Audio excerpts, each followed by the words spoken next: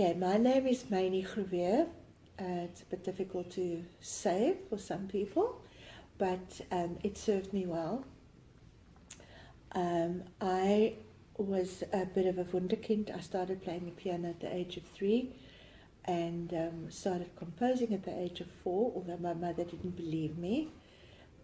Always dreamt about being a star, and my biggest dream was to be a Charlize Theron, to be a movie actress and dance and kick high and all that sort of thing. But that's not how it turned out. I started music lessons at the age of 6, and somehow when I left school, didn't think of music as a career, because in those days you'd either have to be a teacher or become a classical pianist, and hell no, that was not for me. So I studied graphic design, and then in that time just started doing my music as I do and did and have always done in my life. Between 5 and 7 every day since my childhood was the time that my creative juices would flow, and I would play the piano and write songs and sing and perform and I did that then as a student.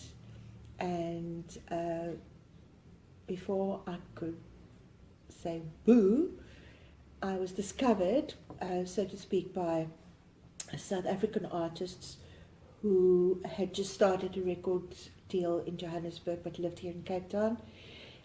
They were being filmed for German television by a German television production company, invited me on it. It was the first time I was in a studio. I played my own song.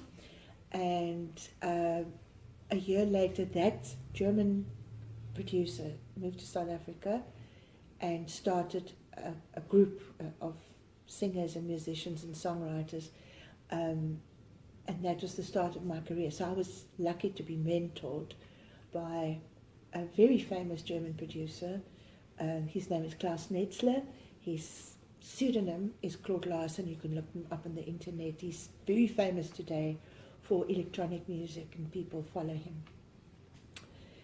And from him I learned that music is not only creativity and it's not only expression, it's also a business, and that as an artist you have a certain lifespan, but if you become a creator, in other words, writing music, it will last forever, and that is so.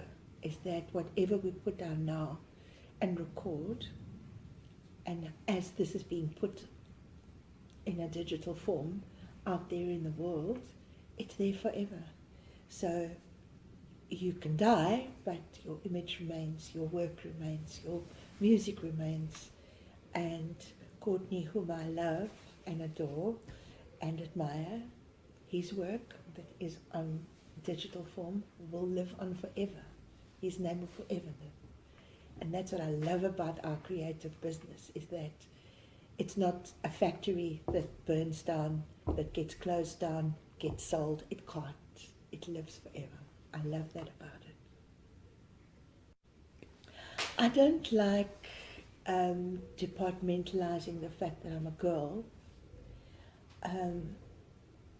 I think when you're a creative person, it doesn't matter that you have to perform and create in a world where there is a glass ceiling, apparently. I've never seen it as anything other than encouragement. I don't have a particular penchant for breaking glass, but I never thought of it as a place there was nothing that I thought was impossible. And I think that is the most important message that I can give to anybody, is that nothing should stop you. The only limitations exist in your mind. It may not unfurl as you've imagined it, or at the time that you wished it. It's basically to step out of here. If you don't take a step forward, you will always remain in the place that you are now. So step out of your comfort zone. And if you can't, that is a challenge. And so the only competition you have is yourself and your mind. And as people, whether we're male or female, we sometimes put boundaries for ourselves because we believe in a certain thing that we've grown up with or that we're exposed to. But you have to know that you are the most unique and exquisite creation, and everything that you need to succeed in life is already inside you.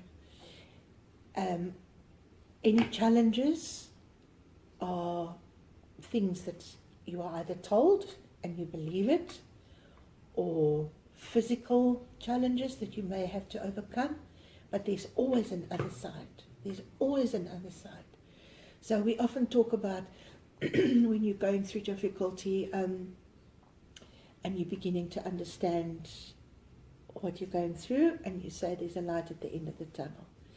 So you go through the tunnel, and the light on the other side was there all the time. It's not a big discovery. It was there all the time. So it's the same with challenges. Whatever it is that you imagine is a challenge, all it needs is a plan, an action, and there you go.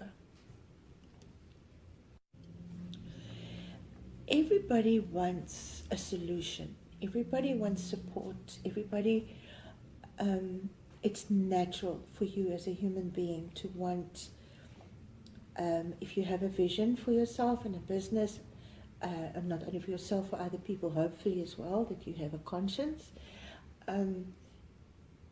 that you wish it could be given to you on a tray, and then you can pick out of there what you want. Unfortunately, life doesn't work like that. So the same thing with seeing challenges. I don't think there's enough support for women, but then I'm shooting myself in the foot, because that you're a woman should not stop you. And if other people stop you, find a way around it. You know, when a river flows, there are stones in the river, but that water finds a way to the other side. That stone never stops it unless the river runs dry. And your desire to have a business, your desire to be successful, and successful is not money. Successful is being happy in what you do. And that's possibly the most important thing in any person's business plan, is that you do something that you enjoy, that when you get up in the morning, you can't wait to start the day. And when you go to bed at night, you can be so tired, but it's a lekker tired. It's really nice to be tired because you've achieved something. And even if it was 3 steps out of 8 that you planned for the day, the other 5 you leave for tomorrow, and that's how you do it. So support, schmaport, it would be great if there was a special trajectory for you to go on where there's support for you. I think the biggest, leckerest compliment you can give yourself is that despite lack of support, and despite people's views, and despite people telling you you can't, and despite any of that, thank you for the inspiration. I'm going to do it. For every young person who wishes to start a business, I'm going to repeat what I said just now, and that is, don't begin a business because you want to make money. Of course that's important. There's nothing more satisfying than being able to contribute to bread on the table. A very important thing that I've missed out to say, and that is that in this day and age, any woman who's planning to do a business should remember that if she has a desire and a dream and a vision, that nothing keeps her from it. I know a lot of girls who are married and are lucky in that they don't have to work. And I think that's a very privileged situation. But I respect the girl. I really respect the girl who plans to contribute with her husband, with her significant other, to bread on the table, because that makes you a worthy human being, and that it doesn't matter how young you are, or how old you are, or how age doesn't matter. It really doesn't. That your vision is that which pleases your heart. Sometimes our mind can play games and can tell us terrible lies. I can't, or I'm too fantastic, I'm too special, I'm too this, I'm too that. Follow your heart. This is where all your prosperity comes from. Is when you feel uncomfortable about something, you're in the wrong place. If you're uncomfortable with somebody, it's the wrong person.